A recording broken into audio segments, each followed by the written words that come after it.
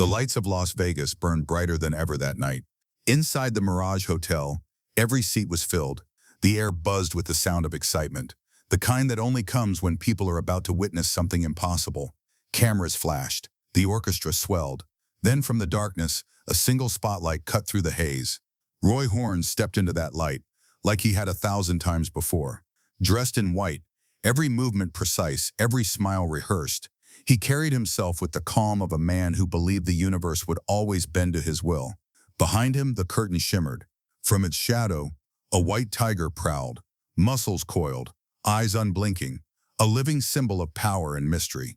The crowd erupted. To them, this was just another miracle in a city built on illusions. But beneath the glitter and applause, something unseen was stirring. Roy reached out his hand, and the tiger obeyed. He spoke softly, guiding the animal into its dance, a choreography of trust, control, and danger. To the audience, it was perfection. But to the tiger, perhaps it was something else entirely. Its pupils narrowed, its tail flicked once, twice, small, almost invisible signs of a wild heart remembering what it truly was. The orchestra's tempo rose, smoke billowed across the stage. The act was building to its climax, the moment when man and beast would appear as one, tamer and tamed, bound by something more than magic. Roy smiled. He had done this routine countless times. Each show felt like proof that love could conquer instinct, that beauty could suppress nature. But that night, nature decided it had been silent long enough. The tiger hesitated, just a fraction of a second, barely noticeable to anyone except Roy. He saw the shift in its posture, the tension in its muscles. Still, he pressed on, his voice steady, commanding. A cue was given, a gesture made, but the animal didn't move the way it should have. It turned, eyes glinting in the spotlight, not with malice but confusion. Roy's expression changed. The illusion began to flicker. In that single instant, the fragile line between mastery and chaos snapped. The tiger lunged, not in fury, but in instinct, as though reclaiming something that had been caged too long. Gasps rippled through the crowd. A heartbeat later, the music stopped. Silence flooded the room, heavy and absolute. People froze. They didn't understand what they were seeing. To them, it had to be part of the act, another illusion, another trick. Roy struggled to rise, his hands still outstretched, still trying to calm the creature he had loved like family. For a moment, time itself seemed to hold its breath. Then came the shouting, the rush of movement. Security guards stormed the stage. Stagehands shouted commands, and the tiger's roar echoed off the gilded walls of the Mirage like thunder. Lights flickered, someone screamed, and then darkness. When the lights came back on, the stage was chaos. Roy lay motionless. The tiger was still, surrounded by handlers. The audience, hundreds of faces frozen in disbelief, began to realize the truth. The magic had shattered. Paramedics rushed in, their urgency slicing through the confusion. Siegfried, pale and trembling, pushed through the crowd, calling his partner's name. The smell of smoke and fear hung in the air. The Mirage, the palace of wonder, had become a scene of horror. Outside, Las Vegas kept glowing, unaware that something sacred had ended inside those golden walls. Tourists still walked the strip, slot machines still chimed, and neon still danced in the desert night. But for those who had been there, for those who had believed in the illusion, the world would never be quite the same. Because that night, under 1,500 blazing lights, one man learned the truth the hard way. No matter how much we think we can control nature, it will always remind us who's really in charge. As Roy was carried off the stage, barely conscious, one phrase escaped his lips, quiet, almost tender, a plea rather than a command. No one could hear it clearly, but those close enough swore he whispered the same words he always used to calm his tigers. It's all right, it's all right. But it wasn't, not anymore. That night, the magic of Las Vegas died. Not in anger, not in spectacle, but in silence. And in that silence, beneath the roar of sirens and the fading applause, something far more haunting took its place. The echo of a dream that had gone too far. Long before the glittering lights of Las Vegas, before the applause and the fame, there was just a boy, small, quiet, and endlessly curious. Roy Horn was born in Nordenham, Germany. In 1944, into a world broken by war. The cities were gray, the people were weary, and hope was something most had forgotten how to believe in. Roy's childhood was shaped by silence, the kind that comes after sirens and loss. His father, hardened by the war, spoke little. His mother worked tirelessly to hold what was left of their family together. But while others saw ruins and fear, Roy saw something else. Life. Birds on broken rooftops, stray dogs in the alleys, horses pulling battered carts. Where people turned away, he looked closer. He used to say, "Animals spoke to me in a way people never could." And perhaps that was true. Roy would spend hours watching them, their movements, their patience, their quiet understanding of survival. There was no judgment in their eyes, no cruelty. To him, animals weren't beasts to be tamed, they were souls unburdened by human lies. When he was 10, he found a stray dog near the docks, thin, trembling, covered in mud. Everyone told him to leave it. It would only die. But Roy didn't. He nursed it back to health with scraps of bread and whispered words. That dog became his first audience, his first companion, and perhaps his first glimpse of the kind of loyalty he would later seek from creatures far more dangerous. The world around him offered little promise. Post-war Germany was not a place for dreamers. But Roy was different. He didn't want to fix machines or work in a factory like everyone else. He wanted to make people believe again, to bring wonder back to a world that had lost its color. That dream began to take shape one restless night on the deck of a cruise ship. Roy was barely a teenager when he found work aboard a German liner, the Bremen. He washed dishes, cleaned floors, did whatever was needed. But the ship was more than just a job. It was an escape. It carried him away from the ruins of his past and into the unknown. It was on that ship that fate introduced him to Siegfried Fischbacher, a young magician with sharp eyes and quicker hands. Siegfried was everything Roy wasn't. Confident, polished, a man who could turn a coin into a dove with a flick of his wrist. Roy watched him perform for passengers one evening, and something inside him stirred. After the show, Roy approached him and asked the question that would change both their lives. If you can make a rabbit disappear, could you make a tiger appear? Siegfried laughed at first. A tiger? On a cruise ship? Impossible. But Roy wasn't joking. There was a spark in his eyes, that same wild curiosity that had once made him befriend a stray dog. Weeks later, Roy found a small exotic animal, a cheetah named Chico, smuggled aboard by a passenger. Most would have panicked. Roy saw opportunity. He bonded with Chico, learned its behavior, and convinced Siegfried to let him bring the animal on stage. When the curtains parted and the audience saw a living, breathing predator where they expected a trick, gasps filled the room. That night, Siegfried and Roy were born. It wasn't just a performance. It was a declaration. Man and animal, illusion and instinct, beauty and danger, all sharing one stage. The crowd erupted in applause. But for Roy, it wasn't about the noise. It was about the connection, that sacred electric link between human and beast. As the ship sailed into new ports and new nights, the two men refined their act. Siegfried mastered the art of illusion. Roy mastered the art of trust. One built the tricks, the other breathed life into them. And with every performance, Roy grew closer to understanding the line between control and chaos. The same line that years later would blur under the Mirage lights. But for now, he was just a boy chasing wonder, not knowing that the same magic that lifted him out of obscurity would one day lead him to the edge of tragedy. Some people chase fame.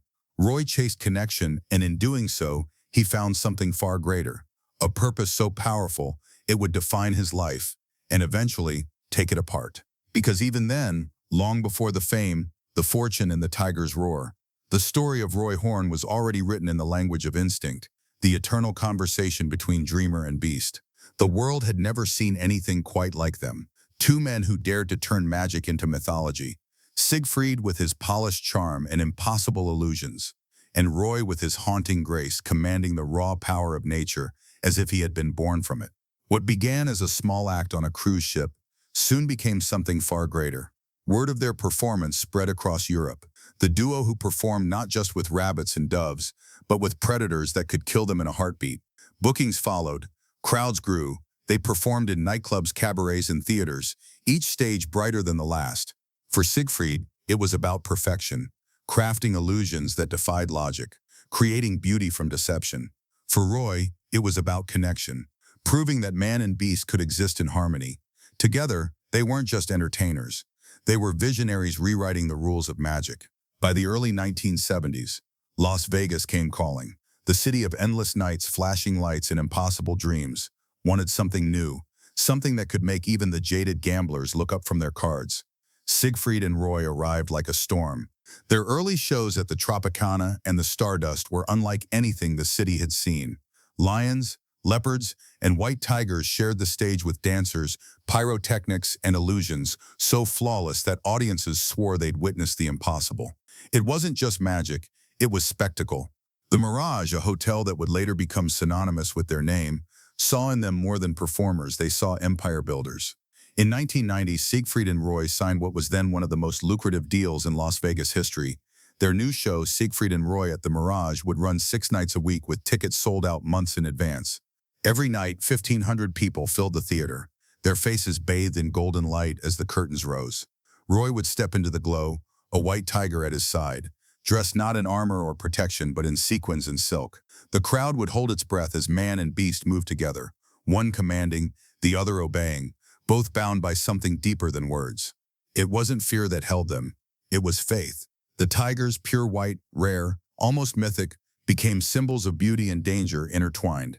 They were not props, they were the soul of the act. Roy raised many of them from birth, feeding them, playing with them, sleeping beside them.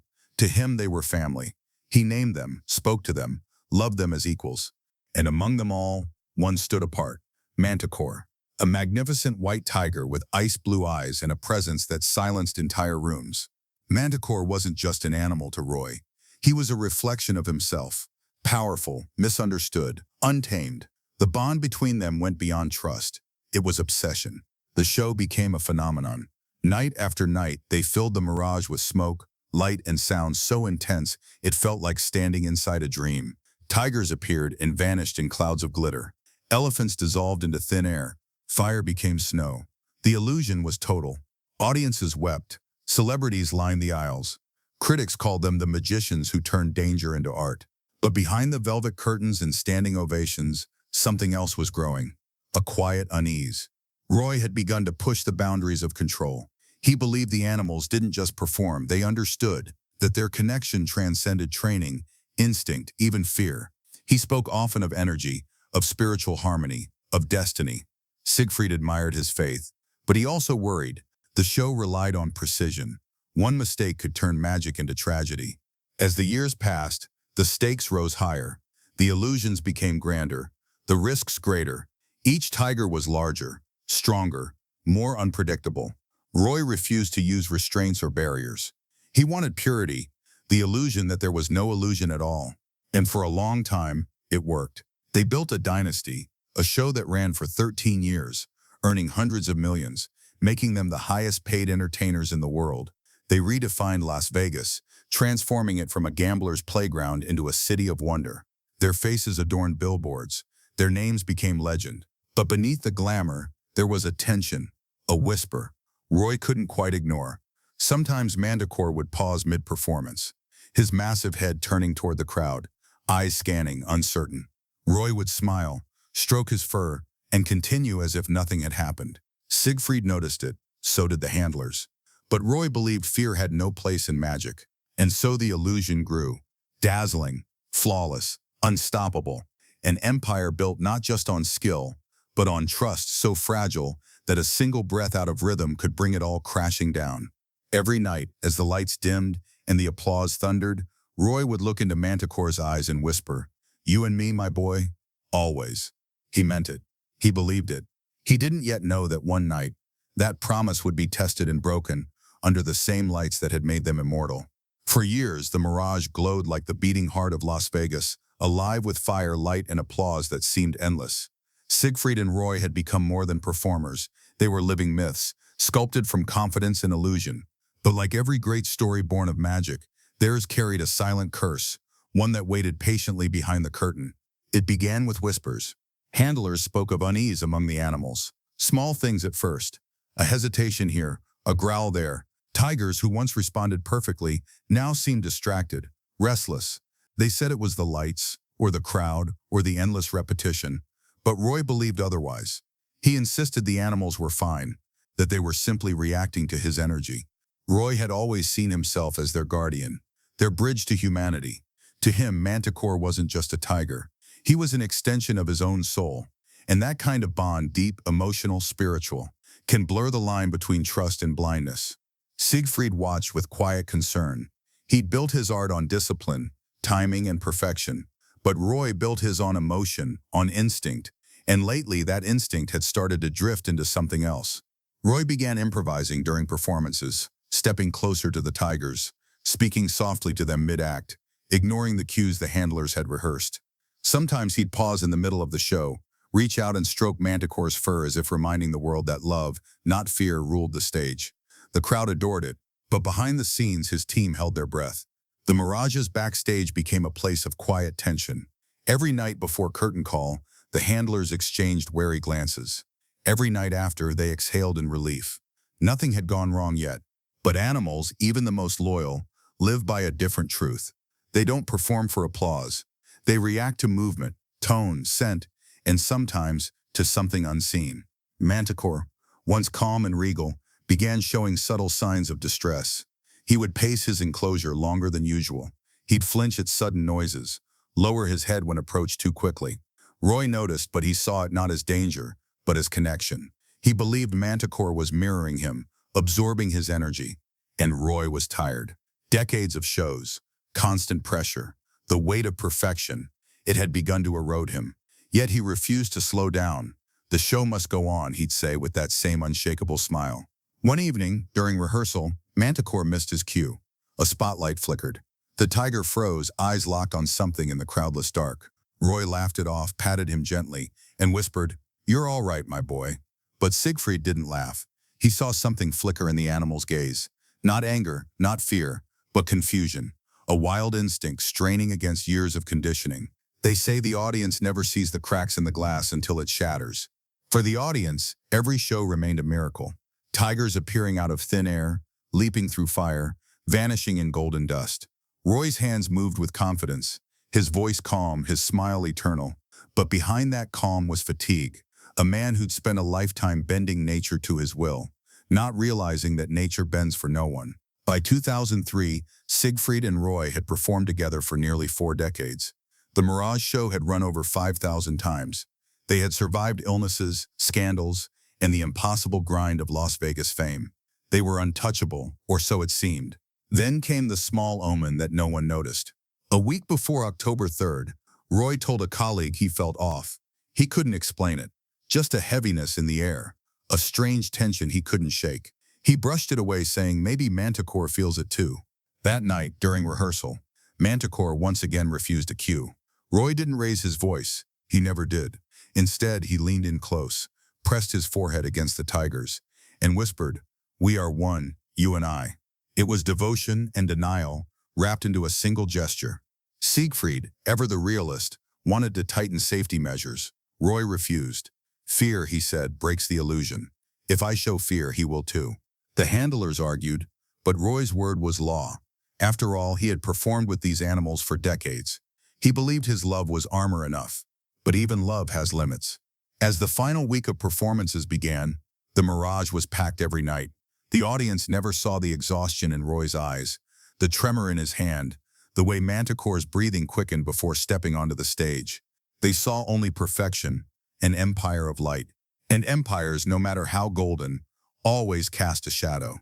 The cracks in the magic were no longer whispers now. They were waiting, silent, patient, inevitable.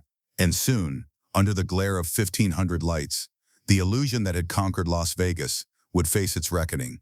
October 3rd, 2003. The Mirage Theater glowed like a jewel in the desert. Every seat was filled. The hum of anticipation rippled through the air as the lights dimmed, and the music swelled, a familiar rhythm, a heartbeat that had pulsed through Las Vegas for over a decade. For most, it was another night of wonder.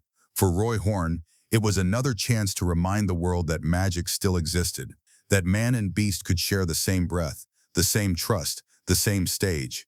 Backstage, handlers moved with quiet precision. Siegfried adjusted his cuffs, his routine perfect after thousands of shows. Roy stood before the mirror, smoothing his hair, his reflection split by the bright white of his costume. He smiled faintly at himself, not with vanity, but with pride. "You and me, my boy," he whispered to the air, knowing Mantacore was waiting just beyond the curtain. "Always." The stage lights flared to life. The crowd erupted as Roy appeared, radiant beneath the glow, Mantacore gliding beside him like a living ghost. The tiger's coat shimmered, a creature too perfect to belong to this world. Roy's hand brushed its fur as he guided it forward. Every step rehearsed, every motion practiced, every breath shared. For 45 minutes, the show unfolded flawlessly. Fire turned to snow. Birds burst into clouds of light. The audience was spellbound. And then came the moment. The segment with Mantacore, Roy's favorite act, the one he'd performed hundreds of times. He stood at center stage, eyes locked with the tigers. The crowd leaned forward, sensing the unspoken bond. Siegfried gave the cue from the wings. The orchestra softened. Roy turned to the audience and smiled. "This," he said, "is magic. The kind you can't create, only trust." Then, something changed. It was small, so small that no one noticed at first. Mantacore's head tilted. His gaze flicked toward the crowd, a flash of camera light, a sudden shift in the air. The tiger hesitated, one paw lifting mid-step. Roy felt it, a ripple in their rhythm. He turned slightly, tried to redirect the act, his hand brushing against the tiger's neck. "Mantacore," he said gently, his voice calm, "come with me." But this time, Mantacore didn't move. The handlers backstage froze. Siegfried stepped forward, uncertain. Roy tried again. "Slower now, voice low. What's wrong, my boy?" In that moment, everything unraveled. Mantacore's muscles tensed. His tail flicked, not in anger but confusion. The bright lights, the noise, the endless repetition. Something inside him broke free. He lunged, knocking Roy off balance. The audience gasped, unsure if it was part of the act. For a heartbeat, Roy tried to recover. He held up his hands, signaling calm, whispering to the tiger he had raised like a son. But the connection, that sacred thread of trust, had already snapped. The stage lights seemed to freeze in place. Siegfried shouted. The handlers rushed forward. And then chaos. A sound unlike any the theater had ever known filled the air. Not music, not applause, but something primal. The crowd's screams blurred with the orchestra's fading notes. In the confusion, Roy fell to the stage floor, his hands still reaching toward Mantacore.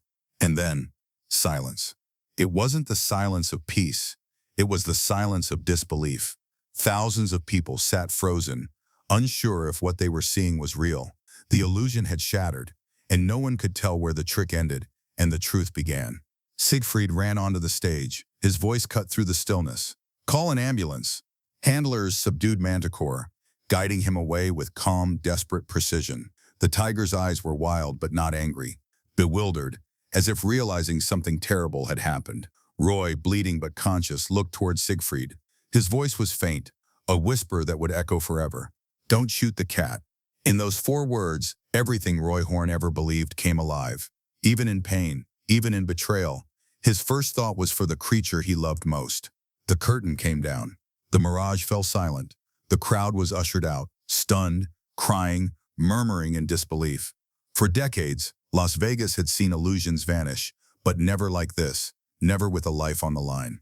Roy was rushed to the hospital. The city held its breath. The headlines came fast, brutal, and uncertain. Rumors swirled. Some said the tiger snapped. Others said Roy collapsed first, and Mantacore panicked, trying to protect him. No one truly knew. But everyone knew one thing. That night, the illusion died. The Empire of Light had gone dark. And in that darkness, amid the fear and confusion, one truth remained: you can cage beauty, you can choreograph danger, but you can never control nature. When the lights finally dimmed, and the last echo of applause faded into silence, Las Vegas felt something it hadn't in a long time. Loss, real human loss. The curtain had fallen, not just on a show, but on an era. The curtain had fallen, but the sound of chaos lingered long after the lights dimmed. Outside the Mirage, sirens pierced the night. Guests crowded the lobby, whispering, crying, replaying the moment again and again, each version blurred by disbelief. Inside, the stage stood still, bathed in a pale glow. The glitter on the floor caught the light like frozen stars, remnants of a dream that had just bled away. Siegfried stood among them, motionless. For 40 years, he had watched Roy dance with danger, flirt with the impossible, and return untouched. But tonight, the impossible had finally answered back. He ran to the ambulance, his mind spinning through fragments. The roar, the fall, the words, "Don't shoot the cat." That sentence would never leave him. It wasn't just Roy's voice. It was a vow, a plea, a reflection of everything he stood for. Even as his life slipped away, Roy was protecting the creature that had hurt him. At the hospital, the scene was chaos. Cameras flashed outside while surgeons worked inside, racing against time. Roy had lost massive amounts of blood. The injury to his neck was catastrophic. No one knew if he would make it through the night. Siegfried sat in silence in the waiting room, still dressed in sequins that now looked like shards of a broken mirror. Around him, handlers prayed. Some cried, none spoke. The news broke within the hour. Roy Horn of Siegfried and Roy attacked on stage by White Tiger. The world gasped. Las Vegas, a city built on illusion, suddenly faced the raw weight of reality. Fans left flowers outside the Mirage. Others left tiger statues, notes, photos, drawings. Some were angry, others confused, most heartbroken.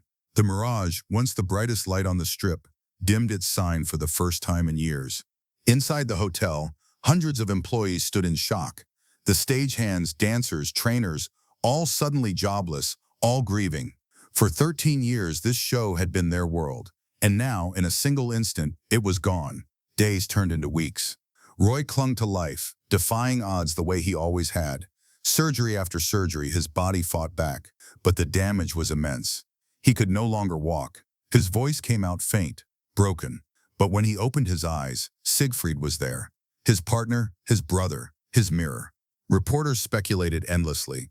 Some said Mantacore had snapped. Others claimed Roy had fainted mid-act, and the tiger tried to drag him to safety, misunderstanding the chaos around him. The truth was blurry, somewhere between instinct and tragedy. But Siegfried never blamed the tiger. He followed Roy's words. Don't shoot the cat. Mantacore was removed from the stage, not destroyed. He was placed under careful supervision, still loved, still visited by Roy when his health allowed. And that perhaps was the cruel beauty of it all. Even after the fall, Roy's love never faltered. The bond that began decades earlier with a boy and a stray animal remained unbroken, even in pain. The Mirage shut down the show permanently. The stage where magic once defied reason now stood empty, cloaked in silence. The glitter, the smoke, the thunderous applause, all gone. Siegfried often returned there alone. He would stand where Roy had fallen and listen to the echoes. He'd close his eyes and hear the crowd, the music, the soft roar of a tiger. For him, the theater was no longer a place of illusion. It was a shrine to love, to faith, to everything they had built together. As the months passed, Roy began to heal, piece by piece. His body weakened, but his spirit did not. When he finally appeared in public again, frail but smiling, the audience that once gasped at his illusions now stood and cried for the man himself. He didn't speak of tragedy. He spoke of gratitude. Mantacore is my friend, he said softly. He saved my life, not ended it. To most, it was hard to understand. But to Roy, it made perfect sense. The bond between them was never about control. It was about connection. And connection doesn't vanish when the illusion ends. Siegfried stood beside him, through it all, not as a magician, but as a friend. Together they faced the fading of fame with quiet grace. The empire they built from light and wonder had fallen, but the brotherhood remained. In time, Las Vegas moved on. New shows took the stage. New illusions rose from the ashes, but none carried the same magic. Because what Siegfried and Roy created wasn't just entertainment, it was belief. The belief that beauty could exist beside danger, that wonder could live alongside fear. And though the curtains of the Mirage would never rise for them again, one truth lingered like a faint reflection in the glass. Magic isn't about what you see, it's about what you feel and what you choose to believe, even after the lights go out. Years passed, but the night of October 3rd never truly faded. It lingered in the hush of empty theaters, in the way Las Vegas lights seemed softer somehow, as if even the city understood that something sacred had been lost. For Roy Horn, survival was not the end of his story. It was the beginning of a new one. The man who once commanded white tigers beneath golden lights now faced a quieter stage, a hospital room, filled not with applause but with beeping machines and whispered prayers. Doctors said he might never walk again. They said his life as he knew it was over. But Roy had defied impossibility his entire career, and he wasn't about to stop now. Months turned into years of rehabilitation. Each day was a battle, each step a triumph. And through it all, Siegfried was there. The two men who once built illusions from fire and glass now built something far stronger: patience, devotion, and the kind of friendship that only decades of shared dreams can forge. Roy's voice returned, soft but steady. He never spoke with bitterness, never blamed fate, never blamed the tiger. When reporters asked him how he could forgive, his answer was simple: how can you blame love for being what it is? He visited Mantacore often. The tiger, now retired, lived in quiet comfort under the care of trusted handlers. Each visit was tender. Roy in his wheelchair, reaching out with a shaking hand, Mantacore bowing his massive head, eyes calm, recognizing the man who had once shared the spotlight. They said the bond between them was supernatural. But maybe it was just pure, untainted by fear, unchanged by tragedy. A reflection of what Roy always believed, that real magic isn't in tricks or illusions, but in connection, that invisible thread between beings that don't need words to understand one another. As the years rolled on, Siegfried and Roy stepped away from the stage, but not from the spotlight. The world still loved them, not just as performers, but as symbols. They became living legends, reminders of an era when Las Vegas shimmered with impossible dreams. Interviews grew fewer, public appearances became rare, but whenever they did appear together, holding hands, smiling, dressed in white, the crowd still rose to their feet. It wasn't applause for a show, it was gratitude for everything they had given, for the magic they made people believe in. Roy often said, "The stage may be gone, but the magic never leaves you." In his garden, surrounded by fountains and flowers, he'd sit in silence, listening to birds and watching his cats roam freely. His world had become smaller, quieter, but no less full of wonder. Because for Roy Horn, wonder had never depended on spotlights. It lived in the simple miracle of being alive. When the pandemic came in 2020, Las Vegas went dark again, not for a show, but for the world. And in that strange, quiet time, Roy Horn's story came to its final act. He passed away on May 8, 2020, from complications related to COVID-19.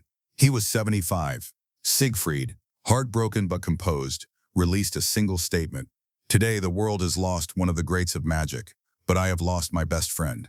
The city mourned. The Mirage dimmed its lights once more. Flowers, candles, tiger plush toys, they covered the sidewalks like snow. For a moment, Las Vegas, a place built on noise and neon, stood still.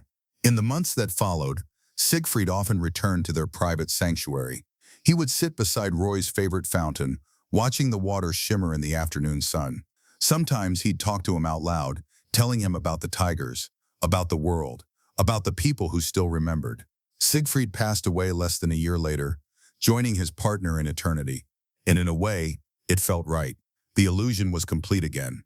Today, their legacy lives far beyond the Strip, in every magician who dares to dream bigger, in every trainer who understands that trust must go both ways, in every believer who closes their eyes and remembers a time when a man stood unafraid beside a tiger and called it love.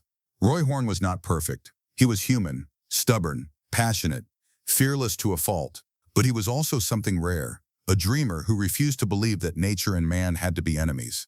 Some called him reckless, others a visionary, but perhaps he was both, a man who lived where courage meets folly, where love meets danger, and where illusion meets truth. In the end, the story of Siegfried and Roy isn't about tigers or tricks. It's about faith, faith in wonder, in beauty, in the impossible. And though the Mirage stage now stands silent, somewhere, deep within the city's glowing heart, the echo remains of applause, of laughter, of a white tiger's gentle roar. Because legends don't vanish. They just fade into the smoke, waiting for the lights to rise again. The Mirage stands silent now. Once its doors opened to thunderous applause and the soft hum of wonder. Now only the faint echo of footsteps drifts through its empty halls, the ghosts of 1,000 ovations lingering like the last note of a forgotten song. The stage, once alive with color and spectacle, sleeps beneath a thin veil of dust. The curtains hang heavy, unmoving, as if waiting for a cue that will never come. But if you listen closely, if you truly listen, you can almost hear it. The rustle of silk, the faint growl of a tiger, the heartbeat of a man who believed that magic was not just a performance but a promise.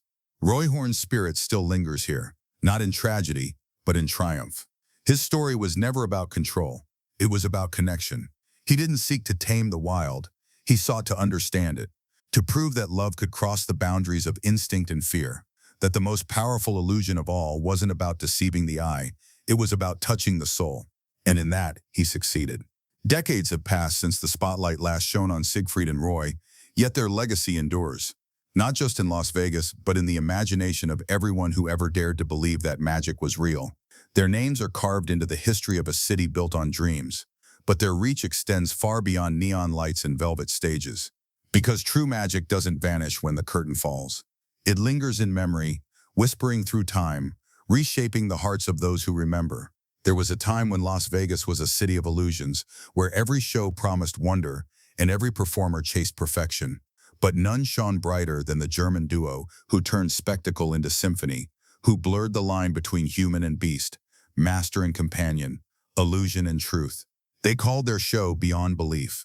And maybe that's exactly where it belonged, beyond the reach of logic, beyond the edge of fear. Even now, long after the lights have dimmed, people still tell the story. Some remember the awe, others remember the night everything changed. But those who truly understand, they remember both. Because the rise and the fall are two halves of the same illusion. You cannot have one without the other. Siegfried once said that every illusion has a moment of truth. That instant when the audience realizes it's not about the trick, but the emotion it leaves behind. For Siegfried and Roy, that truth was simple. Their magic was real because it came from love. And love, even when broken, never truly disappears. The Mirage itself seems to remember. Every now and then a security guard swears he hears something on the darkened stage, a faint rustle, a soft whisper, a distant roar. Maybe it's imagination, or maybe somewhere Roy and Mantacore are still performing, in some endless loop of light and shadow where time stands still, and the audience never stops clapping. In 2022, the Mirage announced it would close its doors forever, ending an era of Las Vegas history. The news hit differently for those who knew what that stage meant. It wasn't just a building. It was the temple of wonder, the birthplace of miracles, the arena where man and magic once walked hand in hand. And as the lights dim for the final time, there's a strange comfort in knowing that what Siegfried and Roy created can never truly die, because it was never confined to that stage. It lived in the hearts of millions. It lives in every child who dreams of doing the impossible, every performer who steps into the light, every soul who still believes that beauty and danger can exist in the same breath. Roy Horn once said, "The magic will live on."